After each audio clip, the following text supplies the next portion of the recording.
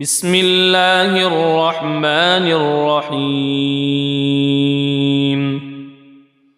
ياسين والقرآن الحكيم إنك لمن المرسلين على صراط مستقيم تنزيل العزيز الرحيم لتنذر قوما ما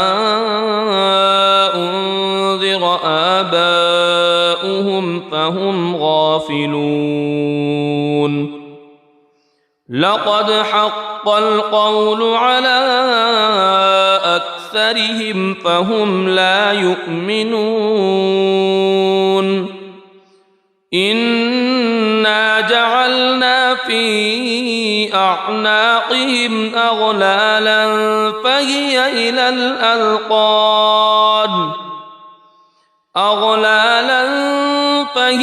إلى الأذقان فهم مقمحون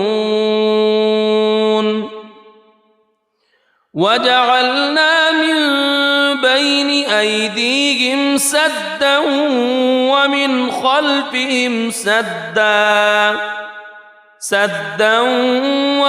خلفهم سدا فأغشيناهم فهم لا يبصرون وسواء عليهم أأنذرتهم أم لم تنذرهم لا يؤمنون إنما تنذر من اتبع الذكر وخشي الرحمن بالغيب فبشره بمغفرة وأجر كريم إنا نحن نحيي الموتى ونكتب ما قدموا وآثارهم وكل شيء أحصيناه في إمام مبين واضرب لهم مثلا أصحاب القرية إذ جاءها المرسلون إذ أرسلنا إليهم اثنين فكذبوهما فعززنا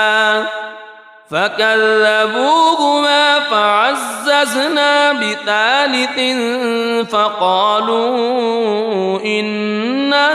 إليكم مرسلون قالوا ما أنتم إلا بشر مثلنا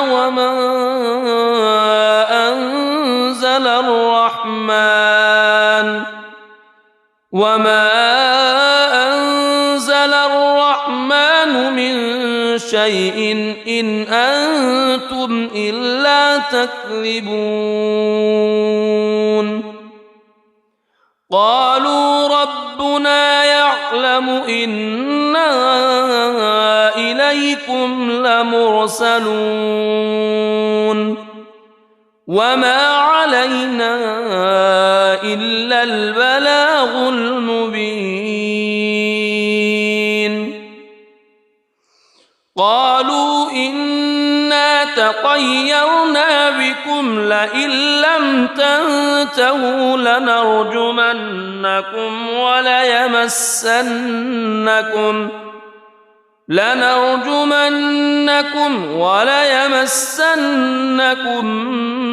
منا عذاب أليم قالوا طائركم معكم أئن ذكرتم بل أنتم قوم مسرفون وجاء من أقصى المدينة رجل يسعى قال يا قوم اتبعوا المرسلين اتبعوا من لا يسألكم أجرا وهم مهتدون وما لي لا أعبد الذي فطرني وإليه ترجعون أأتخذ من دونه آلهة إن يردني الرحمن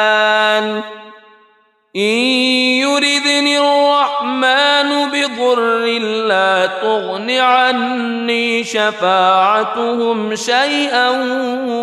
ولا ينقذون إني إذا لفي ضلال مبين إني آمنت بربكم فاسمعون قيل ادخل الجنة قال يا ليت قومي يعلمون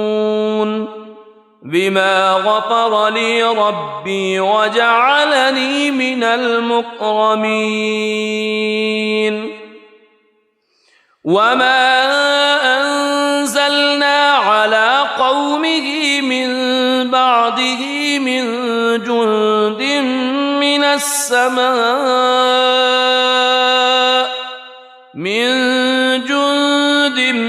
من السماء وما كنا منزلين إن كانت إلا صيحة واحدة فإذا هم خامدون يا حسرة على العباد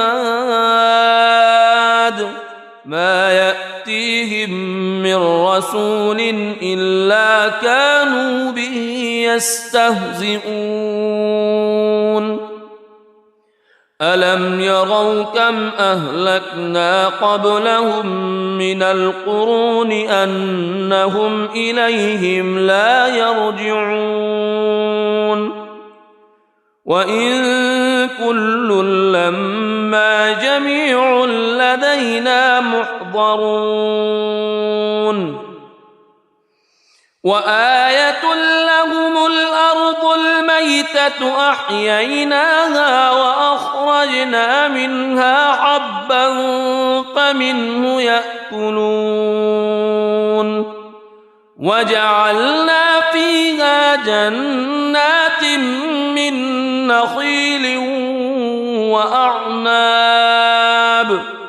من نخيل وأعناب وفجرنا فيها من العيون ليأكلوا من ثمره وما عملته أيديهم أفلا يشكرون سبحان الذي خلق الأزواج كلها مما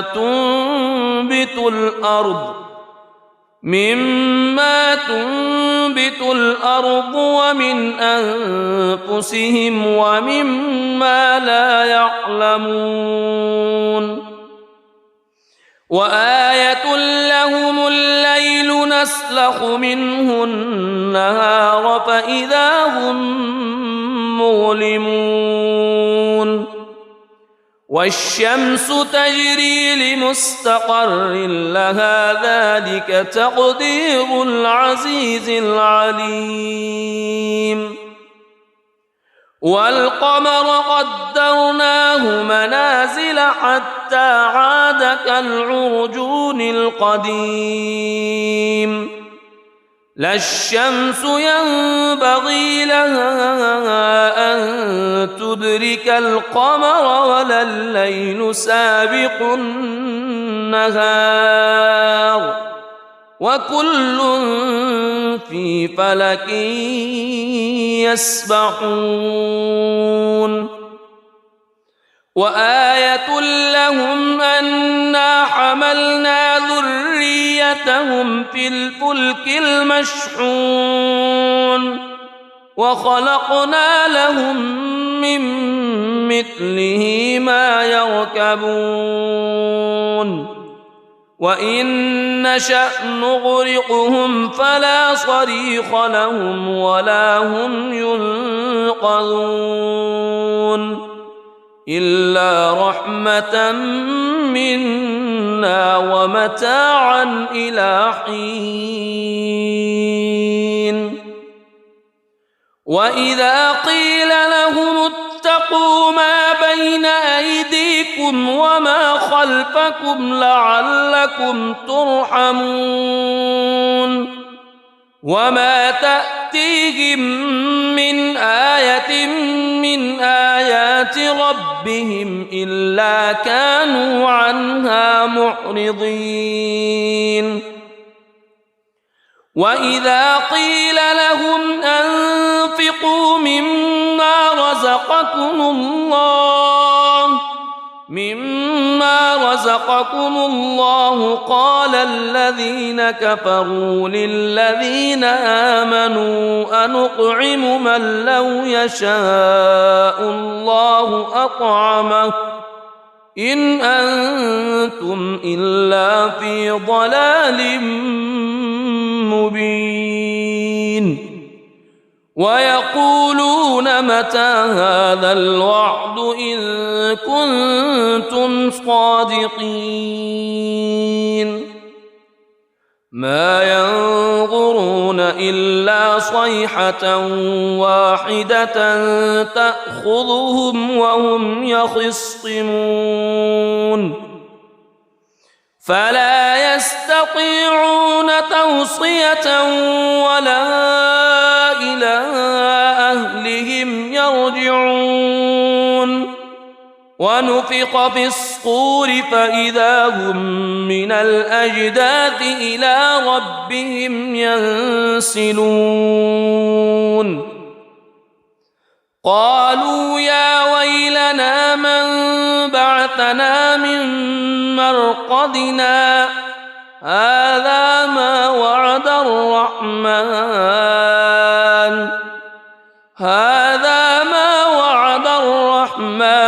وصدق المرسلون إن كانت إلا صيحة واحدة فإذا هم جميع لدينا محضرون فاليوم لا تظلم نفس شيئا ولا تجزون إلا ما كنتم تعملون إن أصحاب الجنة اليوم في شغل فاكهون هم وأزواجهم في ظلال على الأرائك متكئون لهم فيها فاكهة ولهم ما يدعون سلام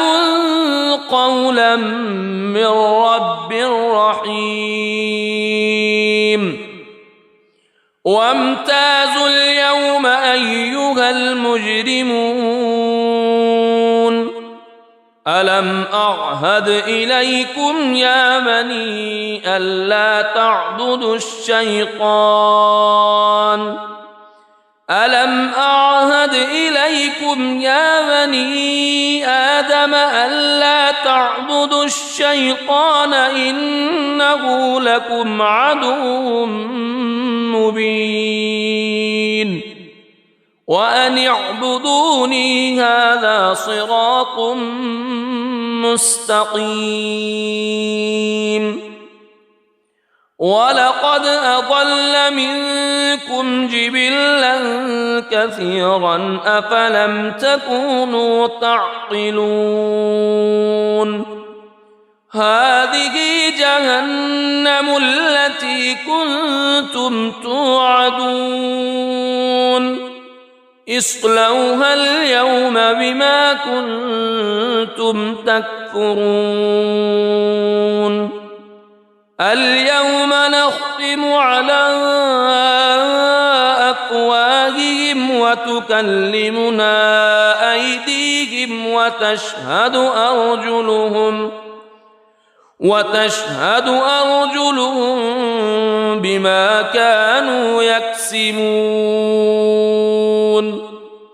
ولو نشاء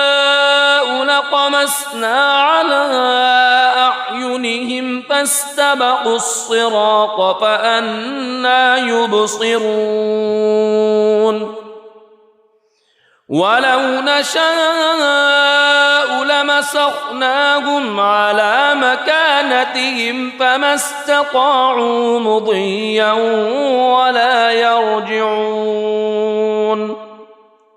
ومن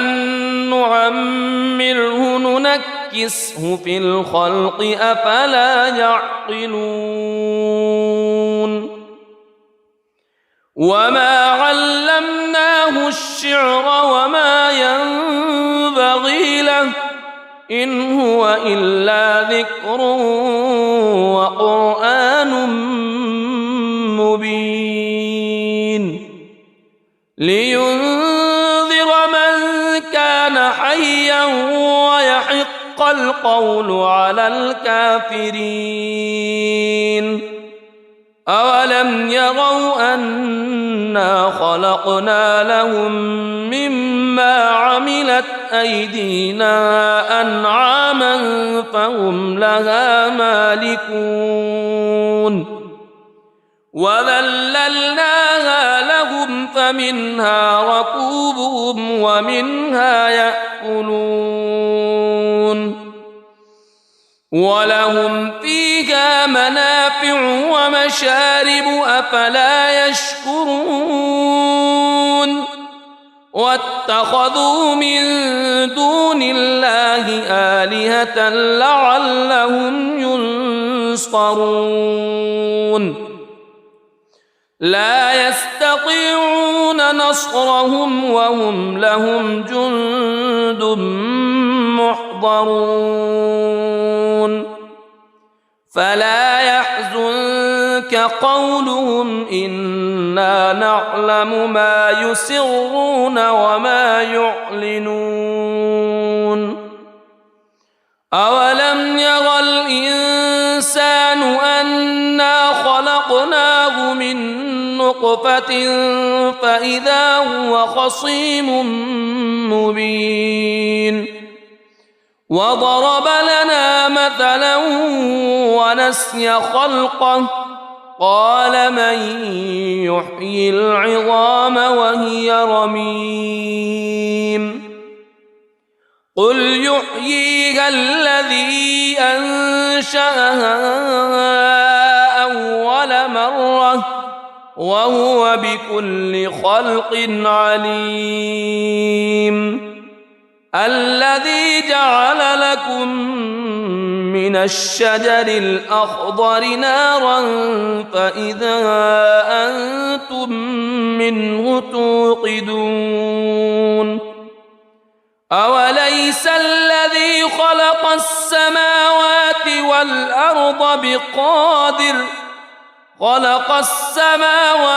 والأرض بقادر على أن يخلق مثلهم بلى وهو الخلاق العليم إنما أمره إذا أراد شيئا أن يقول له كن فيكون فسبحان الذي بيده ملكوت كل شيء وإليه ترجعون بسم الله الرحمن الرحيم الرحمن علم القرآن خلق الإنسان علمه البيان الشمس والقمر بحسبان والنجم والشجر يسجدان والسماء رفعها ووضع الميزان ألا تطغوا في الميزان وأقيموا الوزن بالقسط ولا تخسروا الميزان والأرض وضعها للأنام فيها فاكهة والنخل ذات الأكمام والحب ذو العصف والريحان فبأي آلاء ربكما تكذبان خلق الإنسان من صلصال كالفخار وخلق الجان من مارج من نار فبأي آلاء ربكما تكذبان رب المشرقين ورب المغربين فبأي آلاء ربكما تكذبان مرج البحرين يلتقيان بينهما برزخ لا يبغيان فبأي آلاء ربكما تكذبان يخرج منهما اللؤلؤ والمرجان فبأي آلاء ربكما تكذبان وله الجوار المنشآت في البحر كالأعلام فبأي آلاء ربكما تكذبان كل من عليها فان ويبقى وجه ربك ذو الجلال والإكرام فبأي آلاء ربكما تكذبان يسأله من في السماوات والأرض كل يوم هو في شأن فبأي آلاء ربكما تكذبان سنفرغ لكم أيها الثقلان فبأي آلاء ربكما تكذبان يا معشر الجن والإنس إن استطعتم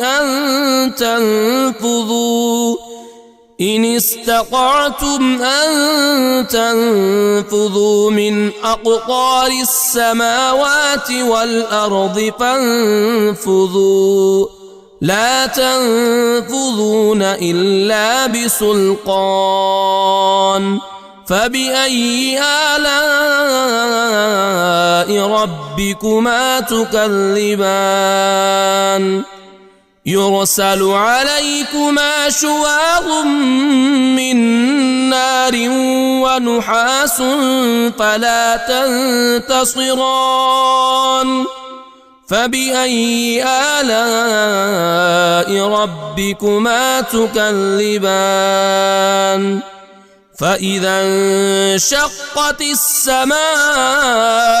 فكانت وردة كالدهان فبأي آلاء ربكما تكذبان فيومئذ لا يسأل عن ذنبه إنس ولا جان فبأي آلاء ربكما تكذبان يعرف المجرمون بسيماهم فيؤخذ بالنواصي والأقدام فبأي آلاء ربكما تكذبان هذه جهنم التي يكذب بها المجرمون يطوفون بينها وبين حميم آن فبأي آلاء ربكما تكذبان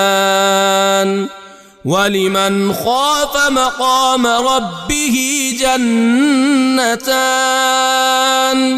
فبأي آلاء ربكما تكذبان ذواتا أفنان فبأي آلاء ربكما تكذبان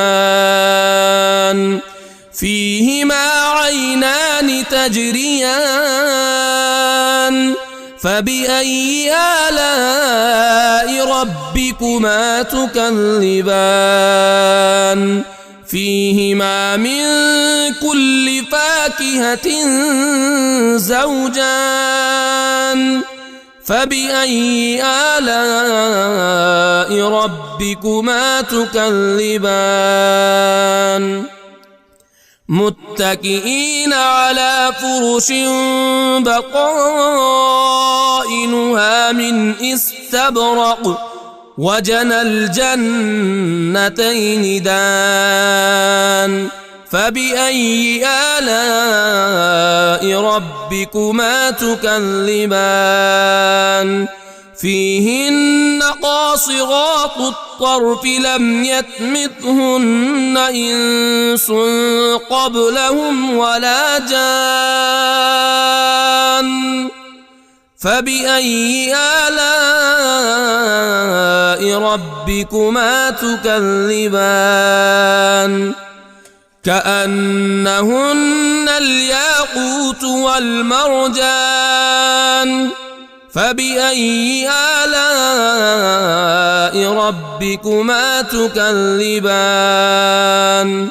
هل جزاء الإحسان إلا الإحسان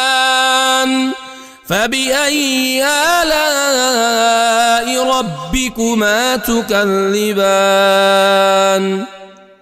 ومن دونهما جنتان فبأي آلاء ربكما تكذبان مدهامتان فبأي آلاء ربكما تكذبان فيهما عينان نضاختان فبأي آلاء ربكما تكذبان فيهما فاكهة ونخل ورمان فبأي آلاء ربكما تكذبان فيهن خيرات حسان فبأي آلاء ربكما تكذبان حور مقصورات في الخيام فبأي آلاء ربكما تكذبان لم يطمثهن إنس قبلهم ولا جان فبأي آلاء ربكما تكذبان متكئين على رفرف خضر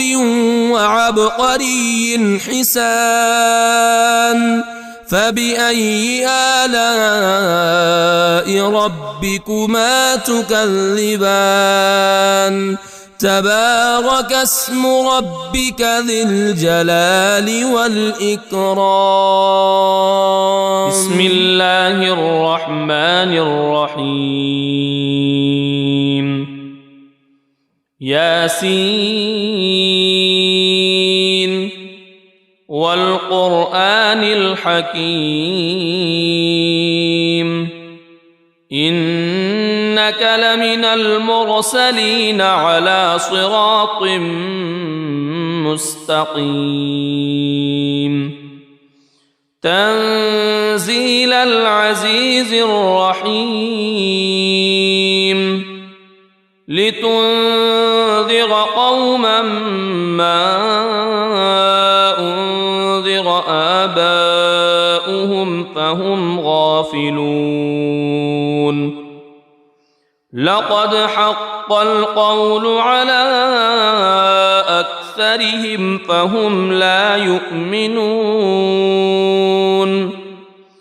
إنا جعلنا في أعناقهم أغلالا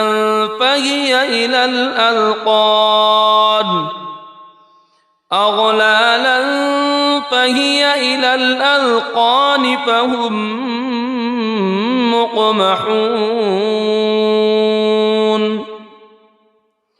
وجعلنا من بين أيديهم سدا ومن خلفهم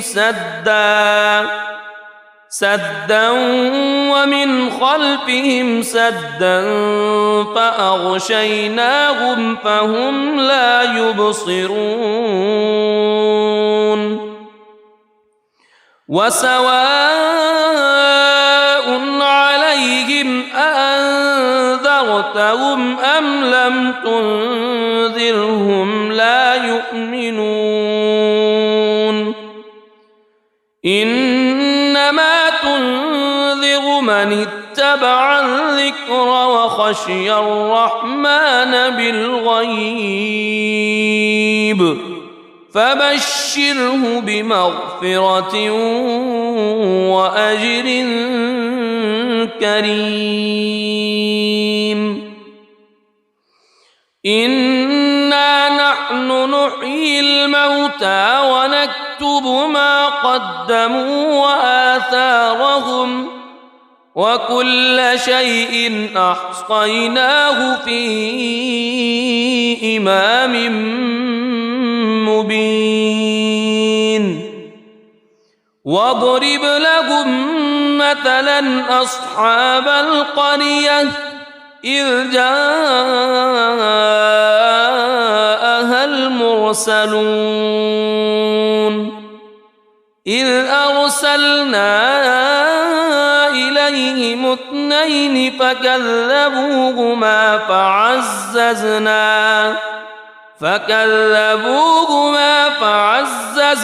بثالث فقالوا إنا إليكم مرسلون قالوا ما أنتم إلا بشر مثلنا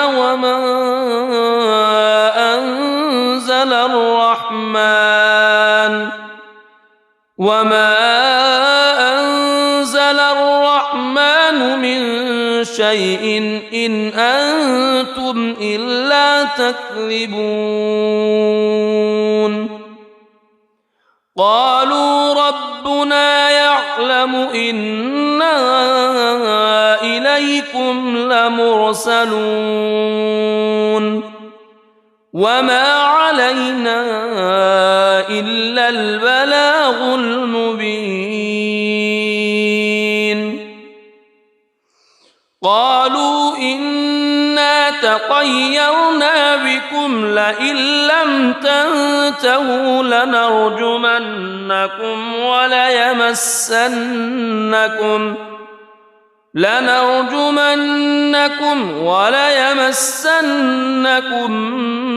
منا عذاب أليم قالوا طائركم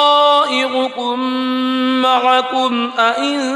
ذكرتم بل أنتم قوم مسرفون وجاء من أقصى المدينة رجل يسعى قال يا قوم اتبعوا المرسلين اتبعوا من لا يسألكم أجرا وهم مهتدون وما لي لا أعبد الذي فطرني وإليه ترجعون أأتخذ من دونه آلهة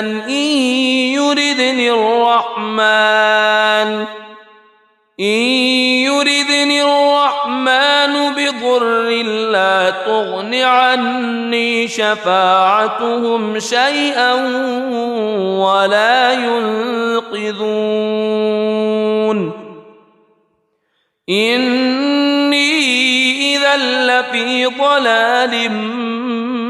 مبين إني آمنت بربكم فاسمعون قيل ادخل الجنة قال يا ليت قومي يعلمون بما غفر لي ربي وجعلني من المكرمين وما أنزلنا على قومه من بعده من جند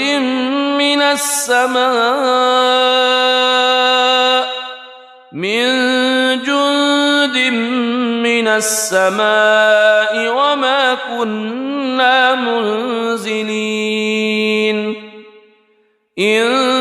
كانت إلا صيحة واحدة فإذا هم خامدون يا حسرة على العباد ما يأتيهم من رسول إلا كانوا به يستهزئون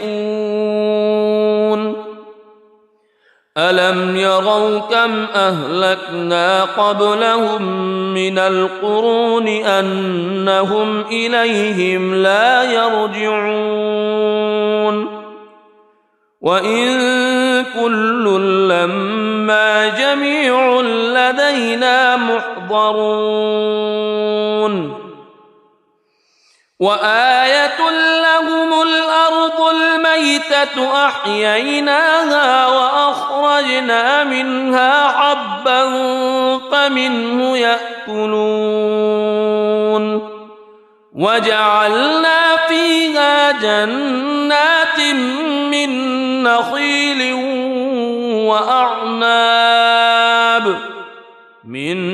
نخيل وأعناب وفجرنا فيها من العيون ليأكلوا من ثمره وما عملته أيديهم أفلا يشكرون سبحان الذي خلق الأزواج كلها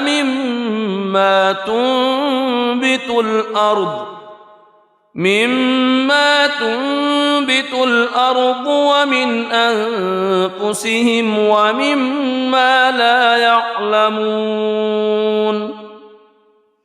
وآية لهم الليل نسلخ منه النهار فإذا هم مظلمون والشمس تجري لمستقر لها ذلك تقدير العزيز العليم والقمر قدرناه منازل حتى عاد كالعرجون القديم لا الشمس ينبغي لها أن تدرك القمر ولا الليل سابق النهار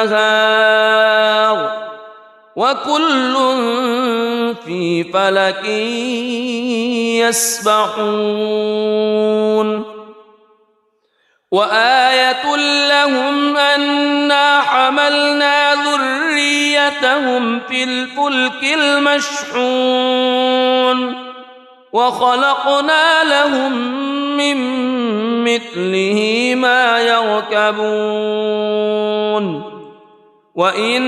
نشأ نغرقهم فلا صريخ لهم ولا هم ينقذون إلا رحمة منا ومتاعا إلى حين وإذا قيل لهم اتقوا ما بين أيديكم وما خلفكم لعلكم ترحمون وما تأتيهم من آية من آيات ربهم إلا كانوا عنها معرضين وإذا قيل لهم أنفقوا مما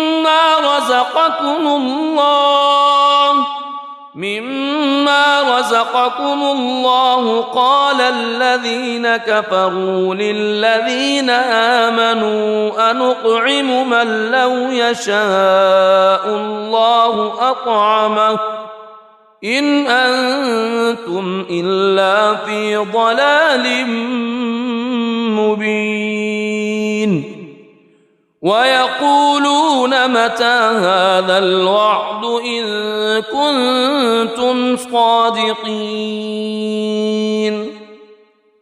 ما ينظرون إلا صيحة واحدة تأخذهم وهم يخصمون فلا يستطيعون توصية ولا إلى أهلهم يرجعون ونفخ في الصور فإذا هم من الأجداث إلى ربهم ينسلون قالوا يا ويلنا من بعثنا من مرقدنا هذا ما وعد الرحمن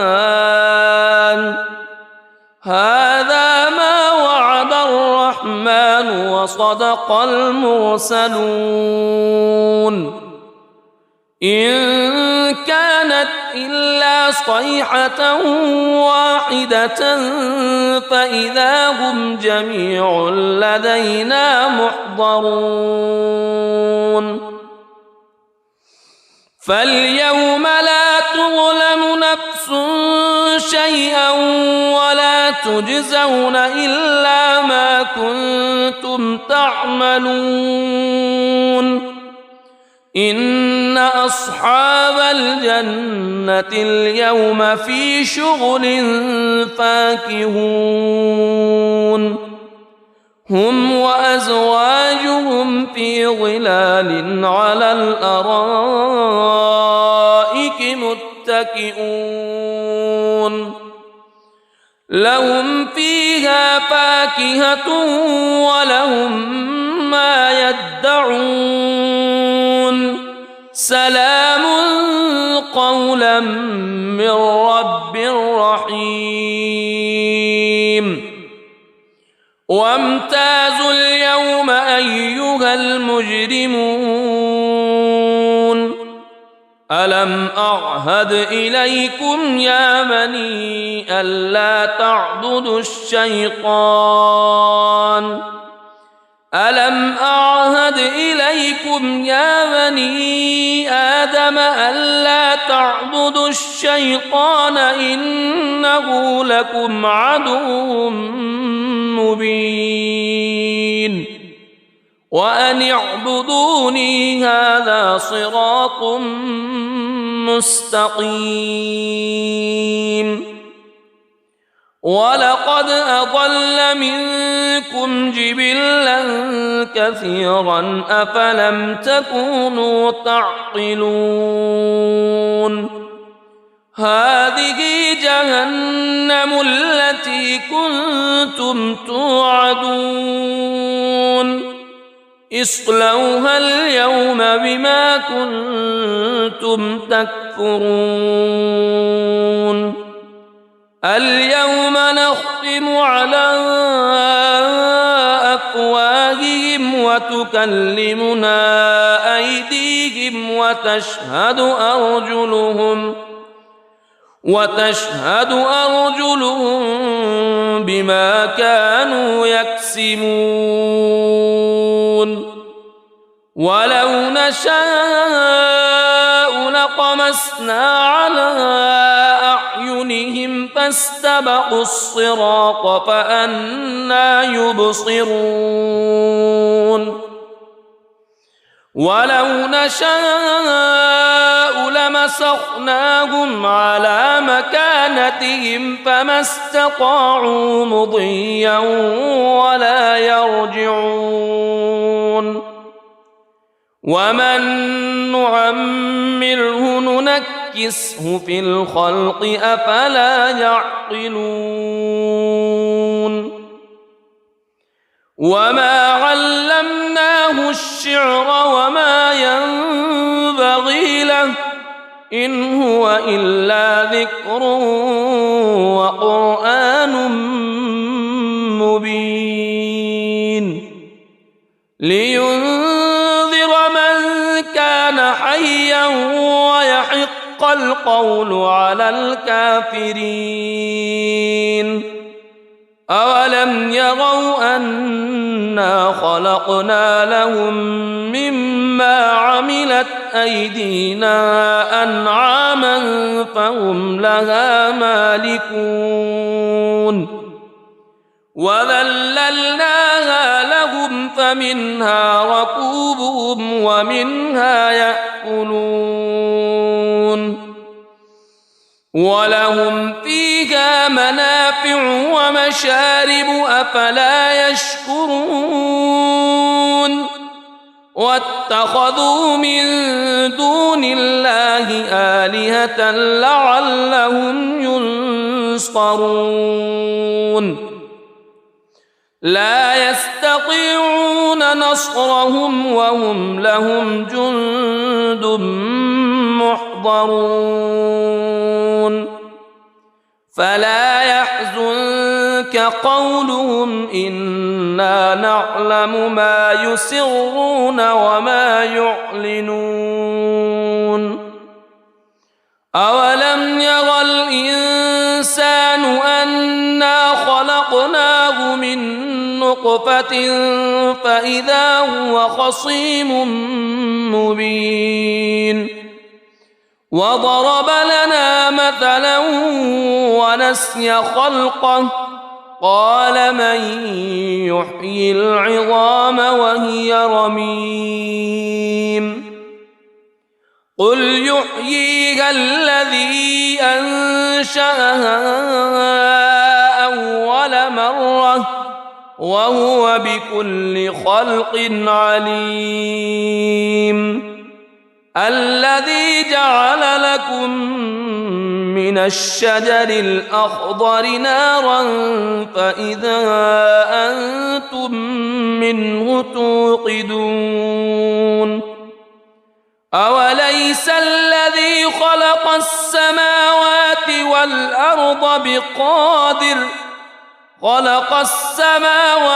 والأرض بقادر على أن يخلق مثلهم بلى وهو الخلاق العليم إنما أمره إذا أراد شيئا أن يقول له كن فيكون فسبحان الذي بيده ملكوت كل شيء وإليه ترجع. بسم الله الرحمن الرحيم. الرحمن علم القرآن خلق الإنسان علمه البيان. الشمس والقمر بحسبان والنجم والشجر يسجدان. والسماء رفعها ووضع الميزان ألا تطغوا في الميزان وأقيموا الوزن بالقسط ولا تخسروا الميزان. والأرض وضعها للأنام فيها فاكهة والنخل ذات الأكمام والحب ذو العصف والريحان. فبأي آلاء ربكما تكذبان. خلق الإنسان من صلصال كالفخار وخلق الجان من مارج من نار. فبأي آلاء ربكما تكذبان. رب المشرقين ورب المغربين. فبأي آلاء ربكما تكذبان. مرج البحرين يلتقيان بينهما برزخ لا يبغيان. فبأي آلاء ربكما تكذبان. يخرج منهما اللؤلؤ والمرجان. فبأي آلاء ربكما تكذبان. وله الجوار المنشآت في البحر كالأعلام. فبأي آلاء ربكما تكذبان. كل من عليها فان ويبقى وجه ربك ذو الجلال والإكرام. فبأي آلاء ربكما تكذبان. يسأله من في السماوات والأرض كل يوم هو في شأن. فبأي آلاء ربكما تكذبان. سنفرغ لكم أيها الثقلان. فبأي آلاء ربكما تكذبان. يا معشر الجن والإنس إن استطعتم أن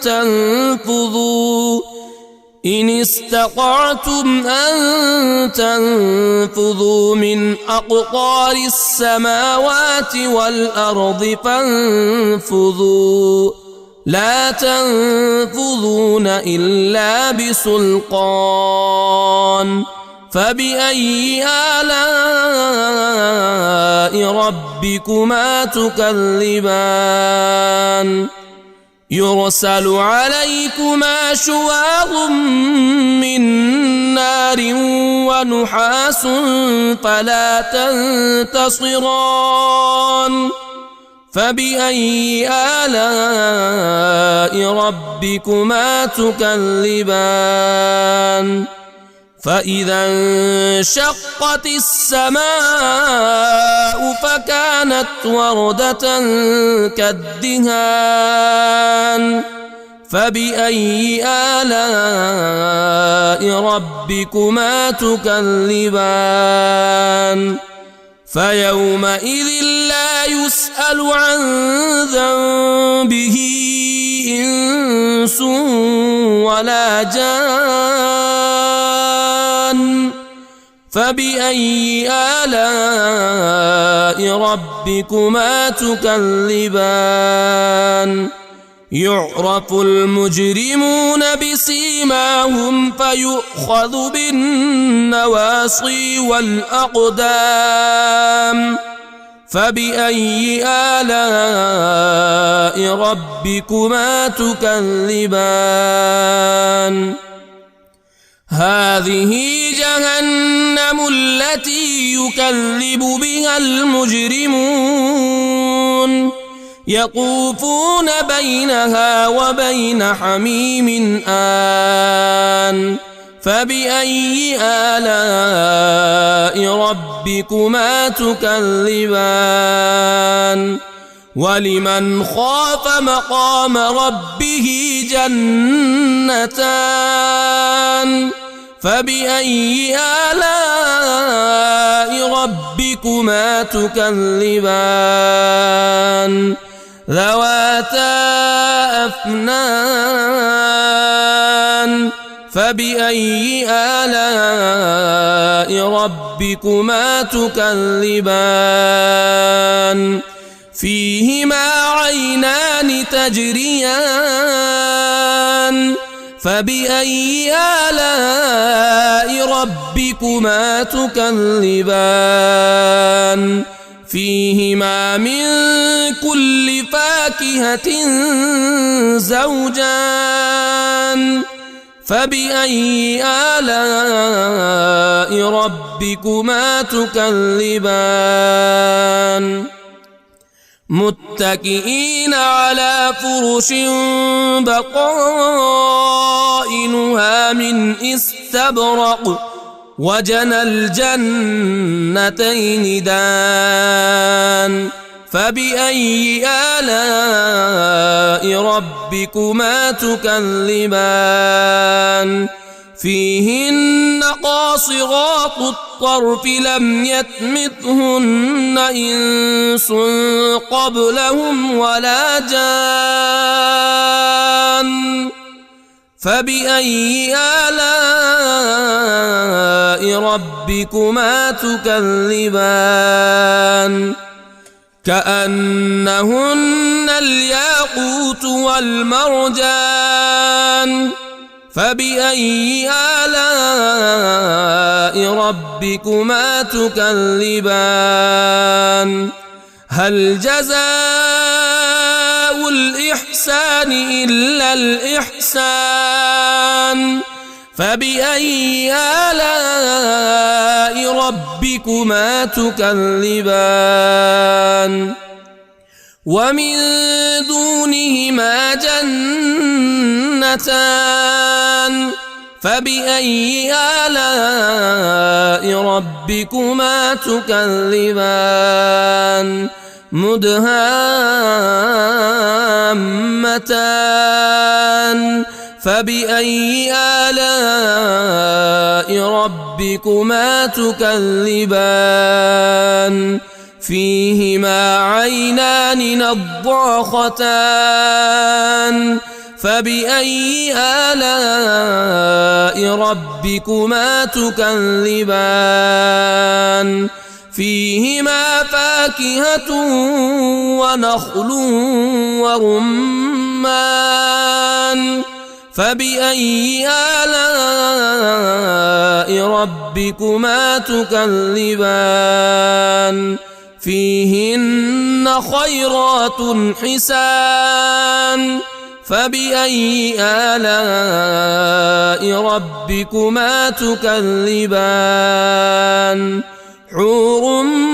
مقصورات في الخيام فبأي آلاء ربكما تكذبان لم يطمثهن إنس قبلهم ولا جان فبأي آلاء ربكما تكذبان متكئين على رفرف خضر وعبقري حسان فبأي آلاء ربكما تكذبان تبارك اسم ربك ذي الجلال والإكرام بسم الله الرحمن الرحيم ياسين والقرآن الحكيم إنك لمن المرسلين على صراط مستقيم تنزيل العزيز الرحيم لتنذر قوما ما أنذر آباؤهم فهم غافلون لقد حق القول على أكثرهم فهم لا يؤمنون إنا جعلنا في أعناقهم أغلالا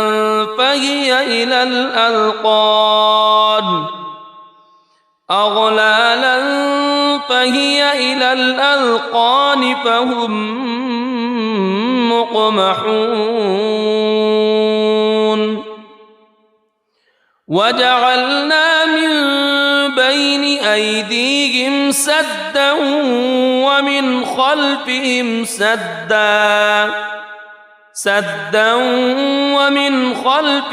سدا فأغشيناهم فهم لا يبصرون وسواء عليهم أأنذرتهم أم لم تنذرهم لا يؤمنون إنما تنذر من اتبع الذكر وخشي الرحمن بالغيب فبشره بمغفرة وأجر كريم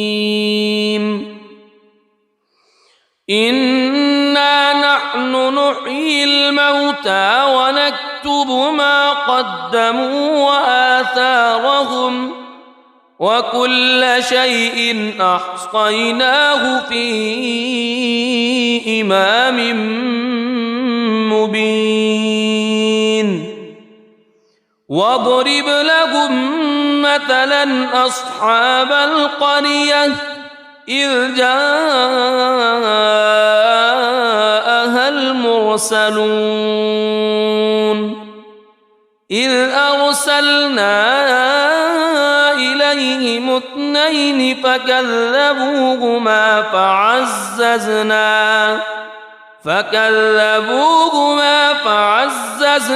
بثالث فقالوا إنا إليكم مرسلون قالوا ما أنتم إلا بشر مثلنا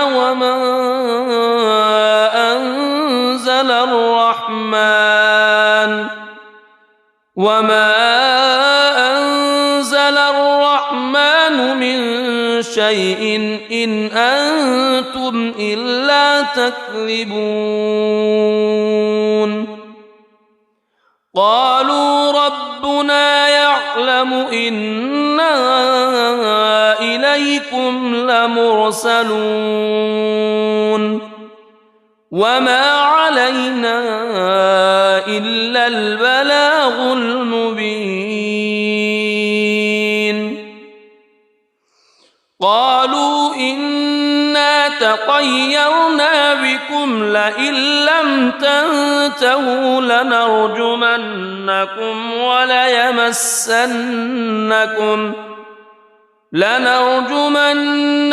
وليمسنكم منا عذاب أليم قالوا طائركم معكم أئن ذكرتم بل أنتم قوم مسرفون وجاء من أقصى المدينة رجل يسعى قال يا قوم اتبعوا اتبعوا من لا يسألكم أجرا وهم مهتدون وما لي لا أعبد الذي فطرني وإليه ترجعون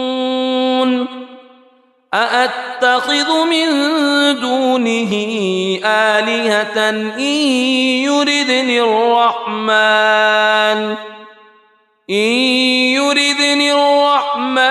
بضر لا تغن عني شفاعتهم شيئا ولا ينقذون إني إذا لفي ضلال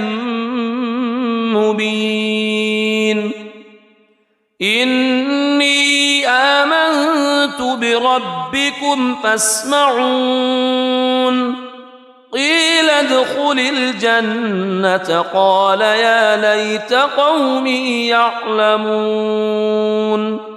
بما غفر لي ربي وجعلني من المكرمين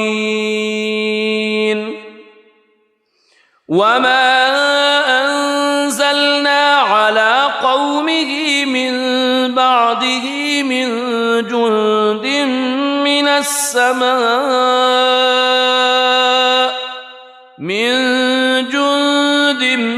من السماء وما كنا منزلين إن كانت إلا صيحة واحدة فإذا هم خامدون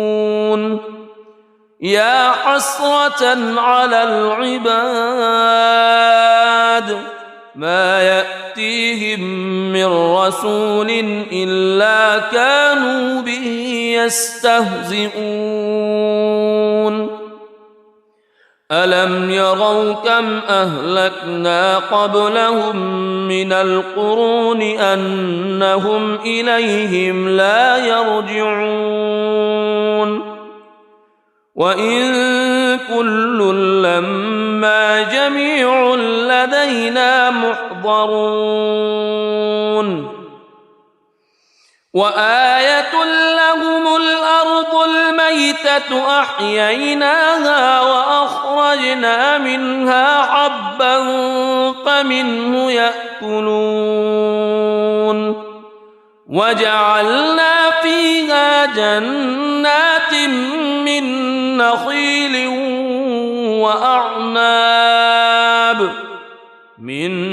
نخيل وأعناب وفجرنا فيها من العيون ليأكلوا من ثمره وما عملته أيديهم أفلا يشكرون سبحان الذي خلق الأزواج كلها مما تنبت الأرض مما تنبت الأرض ومن أنفسهم ومما لا يعلمون وآية لهم الليل نسلخ منه النهار فإذا هم مظلمون والشمس تجري لمستقر لها ذلك تقدير العزيز العليم والقمر قدرناه منازل حتى عاد كالعرجون القديم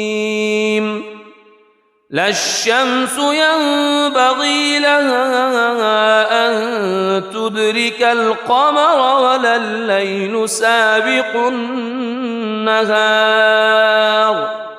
وكل في فلك يسبحون وآية لهم أنا حملنا ذريتهم في الفلك المشحون وخلقنا لهم من مثله ما يركبون وإن نشأ نغرقهم فلا صريخ لهم ولا هم ينقذون إلا رحمة منا ومتاعا إلى حين وإذا قيل لهم اتقوا ما بين أيديكم وما خلفكم لعلكم ترحمون وما تأتيهم من آية من آيات ربهم إلا كانوا عنها معرضين وإذا قيل لهم أنفقوا مما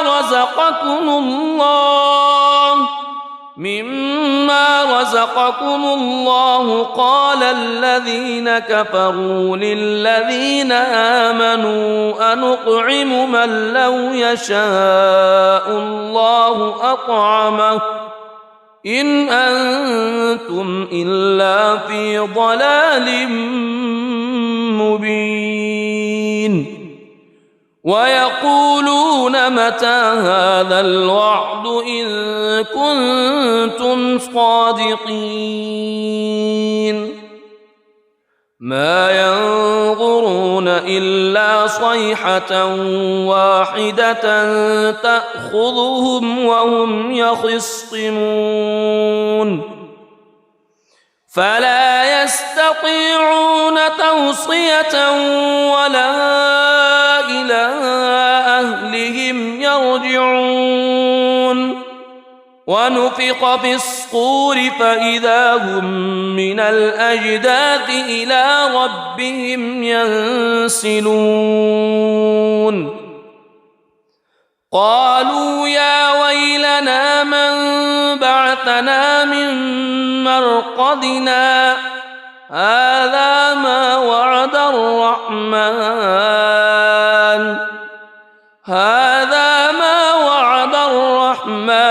وصدق المرسلون إن كانت إلا صيحة واحدة فإذا هم جميع لدينا محضرون فاليوم لا تظلم نفس شيئا ولا تجزون إلا ما كنتم تعملون إن أصحاب الجنة اليوم في شغل فاكهون هم وأزواجهم في ظلال على الأرائك متكئون لهم فيها فاكهة ولهم ما يدعون سلام قولا من رب رحيم وامتازوا اليوم أيها المجرمون ألم أعهد إليكم يا بني ألا تعبدوا الشيطان ألم أعهد إليكم يا بني آدم ألا تعبدوا الشيطان إنه لكم عدو مبين وأن اعبدوني هذا صراط مستقيم ولقد أضل منكم جبلا كثيرا أفلم تكونوا تعقلون هذه جهنم التي كنتم توعدون اصلوها اليوم بما كنتم تكفرون اليوم نختم على أفواههم وتكلمنا أيديهم وتشهد أرجلهم بما كانوا يكسبون ولو نشاء لطمسنا على أعينهم فاستبقوا الصراط فأنى يبصرون ولو نشاء لمسخناهم على مكانتهم فما استطاعوا مضيا ولا يرجعون ومن نعمره ننكسه في الخلق أفلا يعقلون وما علمناه الشعر وما ينبغي له إن هو إلا ذكر وقرآن مبين لينذر من كان حيا ويحق القول على الكافرين أولم يروا أنا خلقنا لهم مما عملت أيدينا أنعاما فهم لها مالكون وذللناها لهم فمنها ركوبهم ومنها يأكلون ولهم فيها منافع ومشارب أفلا يشكرون واتخذوا من دون الله آلهة لعلهم ينصرون لا يستطيعون نصرهم وهم لهم جند محضرون فلا يحزنك قولهم إنا نعلم ما يسرون وما يعلنون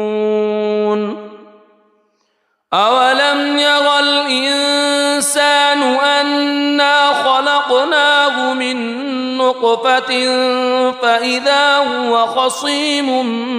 مبين وضرب لنا مثلا ونسي خلقه قال من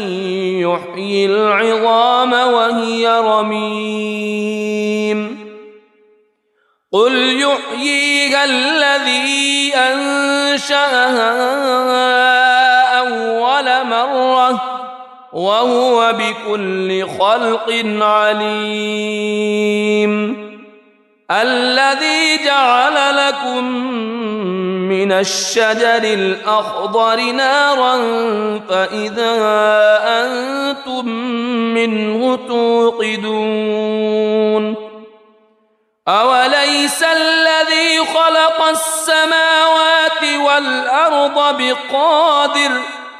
خلق السماوات والأرض بقادر على أن يخلق مثلهم بلى وهو الخلاق العليم إنما أمره إذا أراد شيئا أن يقول له كن فيكون فسبحان الذي بيده ملكوت كل شيء وإليه ترجعون. بسم الله الرحمن الرحيم. الرحمن علم القرآن خلق الإنسان علمه البيان الشمس والقمر بحسبان والنجم والشجر يسجدان والسماء رفعها ووضع الميزان ألا تطغوا في الميزان وأقيموا الوزن بالقسط ولا تخسروا الميزان والأرض وضعها للأنام فيها فاكهة والنخل ذات الأكمام والحب ذو العصف والريحان فبأي آلاء ربكما تكذبان خلق الإنسان من صلصال كالفخار وخلق الجان من مارج من نار فبأي آلاء ربكما تكذبان رب المشرقين ورب المغربين فبأي آلاء ربكما تكذبان مرج البحرين يلتقيان بينهما برزخ لا يبغيان فبأي آلاء ربكما تكذبان يخرج منهما اللؤلؤ والمرجان فبأي آلاء ربكما تكذبان وله الجوار المنشآت في البحر كالأعلام فبأي آلاء ربكما تكذبان كل من عليها فان ويبقى وجه ربك ذو الجلال والإكرام فبأي آلاء ربكما تكذبان يسأله من في السماوات والأرض كل يوم هو في شأن فبأي آلاء ربكما تكذبان سنفرغ لكم أيها الثقلان فبأي آلاء ربكما تكذبان يا معشر الجن والإنس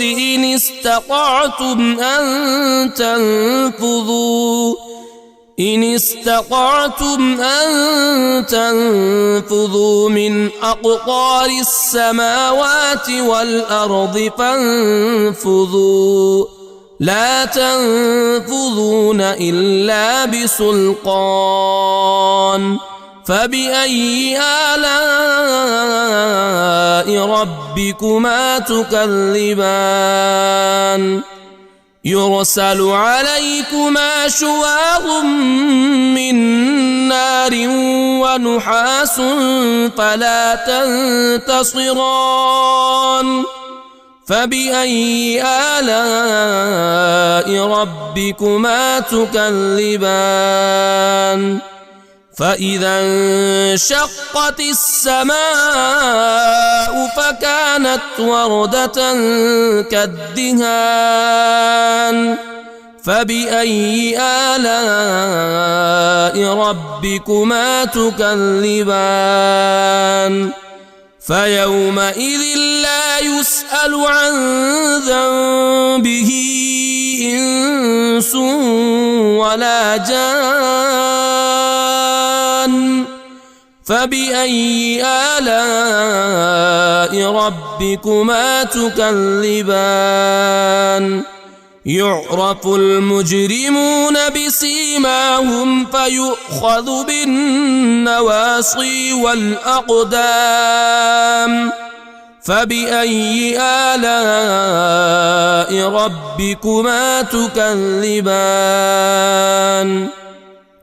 هذه جهنم التي يكذب بها المجرمون يطوفون بينها وبين حميم آن فبأي آلاء ربكما تكذبان ولمن خاف مقام ربه جنتان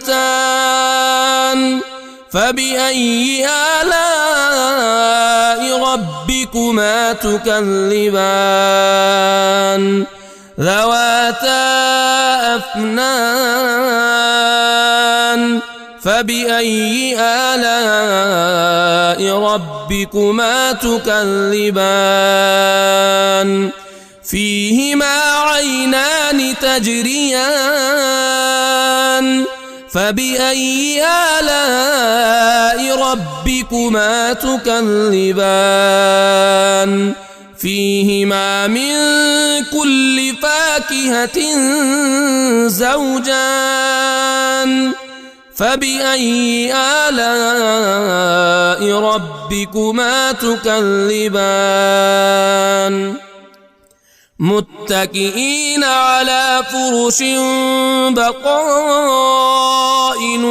من استبرق وجنى الجنتين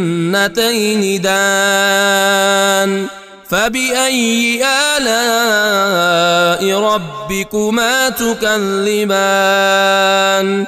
فيهن قاصرات الطرف لم يطمثهن إنس قبلهم ولا جان فبأي آلاء ربكما تكذبان كأنهن الياقوت والمرجان فبأي آلاء ربكما تكذبان هل جزاء الإحسان إلا الإحسان فبأي آلاء ربكما تكذبان ومن دونهما جنتان فبأي آلاء ربكما تكذبان مدهامتان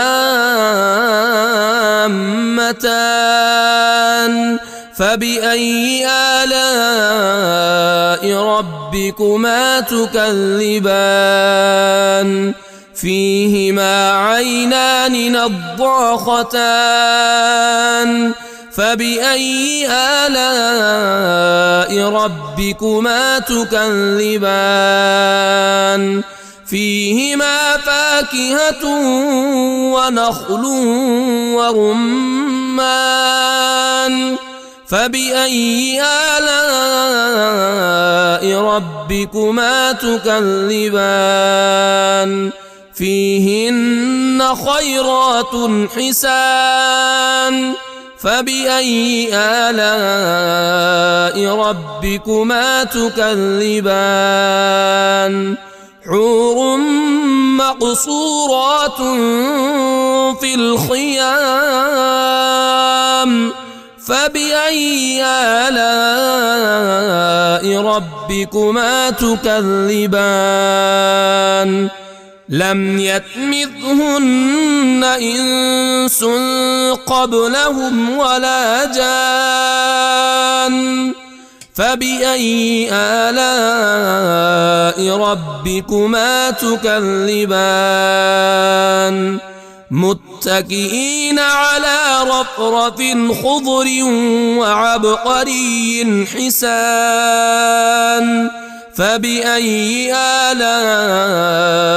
ربكما تكذبان تبارك اسم ربك ذي الجلال والإكرام